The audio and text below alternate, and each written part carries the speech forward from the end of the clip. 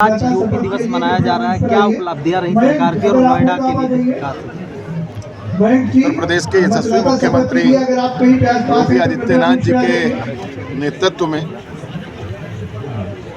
2017 में हमारी सरकार के शपथ लेने के बाद ये उत्तर प्रदेश में उनके नेतृत्व में 7वां उत्तर प्रदेश दिवस का आज हम आयोजन यहाँ कर रहे हैं।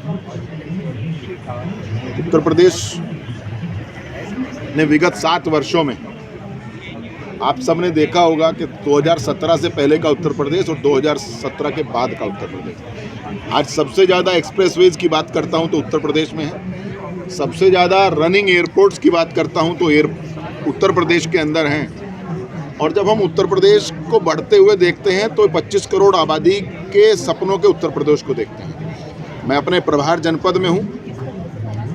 विगत वर्ष हम लोगों ने ग्लोबल इन्वेस्टर समिट का आयोजन किया था और उसमें पूरे प्रदेश में 35 लाख करोड़ के इन्वेस्टमेंट के MOU साइन हुए थे। और इसी प्रभार जनपद के 3 अथॉरिटीज़ में हमारे उस 35 लाख करोड़ का 18.2% इन्हीं 3 अथॉरिटीज़ में इन्वेस्टमेंट आया था।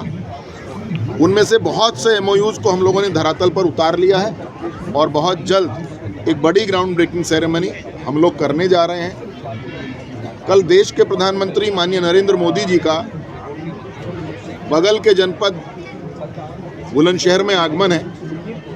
बहुत सी बड़ी बड़ी परियोजनाएं उत्तर प्रदेश को मिलने वाली हैं। आप सब ने बदलते हुए उत्तर प्रदेश की हर तस्वीर को देखा है। इस उत्तर प्रदेश की धारणा, जिस उत्तर प्रदेश के बारे में लोगों की धारणा ये बन गई थी कि इस उत्तर प्रदेश को कोई ठीक नहीं कर सकता, उसी उत्तर प्रदेश के अंदर आज प्रदेश के यशस्वी मुख्यमंत्री योगी आदित्यनाथ जी के नेतृत्व में ये माहौल बना है कि आज देश भर का बड़े से बड़ा उद्योगपति उत्तर प्रदेश में निवेश करना चाहता है और उस अपने निवेश को यहाँ आज सुरक्षित महसूस कर रहा है। और ये बदलता हुए उत्तर प्रदेश की तस्वीर है और बदलते हुए भारत की तस्वीर में उत्तर प्रदेश का एक बड़ा योगदान है।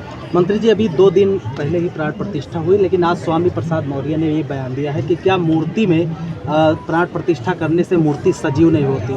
इसी तरह अगर मुर्दे का भी प्राण प्रतिष्ठा हो जाए तो क्या वो सजीव हो जाता है, यानी उसकी जो तुलना है मूर्ति की वो एक मुर्दे से उन्होंने कहा। मेरी समझ में नहीं आ रहा है कि इस पे मैं अपनी क्या प्रतिक्रिया दूं, लेकिन मानस में एक चौपाई है कि प्रभु मूरत दई देखी जैसी, और उससे भी आगे एक और चौपाई है कि उनके लिए मेरी यही भावना है कि रामचरितमानस को पढ़ेंगे तो उसमें एक बहुत अच्छी चौपाई है और उस चौपाई ने सब कुछ स्वयं सिद्ध किया है कि जाहि विधि राखे राम ताहि विधि रही है, पर सीताराम सीताराम सीताराम कहिए। मंत्री जी, आप इस जिले के प्रभारी मंत्री जी भी हैं और ऐसा आ रहा है कि जेवर एयरपोर्ट बनने के बाद नोएडा ग्रेटर नोएडा एक्सप्रेसवे में ट्रैफिक दुगना और 3 गुना बढ़ जाएगा, इससे जाम की समस्या बढ़ सकती है। इसको लेके आपने क्या कुछ योजना तैयार करी है? मात्र मेरे करने से नहीं, पूरी मशीनरी लगती है किसी भी बड़ी योजना को तैयार करने में। और हम सबका सौभाग्य है कि इस समय हमारे प्रदेश के जो मुख्यमंत्री हैं इन सब चीज़ों के लिए वे स्वयं सजग रहते हैं। अभी 1.5 माह पूर्व हुई नोएडा और ग्रेटर नोएडा और यमुना अथॉरिटी की समीक्षा बैठक में ये विषय आया था। प्रदेश के मुख्यमंत्री जी ने इसका संज्ञान लिया है और मैं बड़े भरोसे के साथ आपको कहता हूँ कि आप निश्चिंत रहिए, ऐसी स्थिति हम नहीं आने देंगे। और उस पर हमने, चूँकि उस कारगर योजना को मैं स्वयं यदि आज ही यहाँ बता दूंगा आपको सारी उसकी बातें, तो मुझे लगता है कि वो थोड़ा जल्दी हो जाएगी। प्रदेश के मुख्यमंत्री जी ने उसके लिए बहुत कारगर योजना अपनी तीनों अथॉरिटीज़ को एक साथ बिठा करके तैयार कर ली है। नोएडा हो, ग्रेटर नोएडा हो, इन दोनों के अंदर हम जाम की स्थिति नहीं पैदा होने देंगे।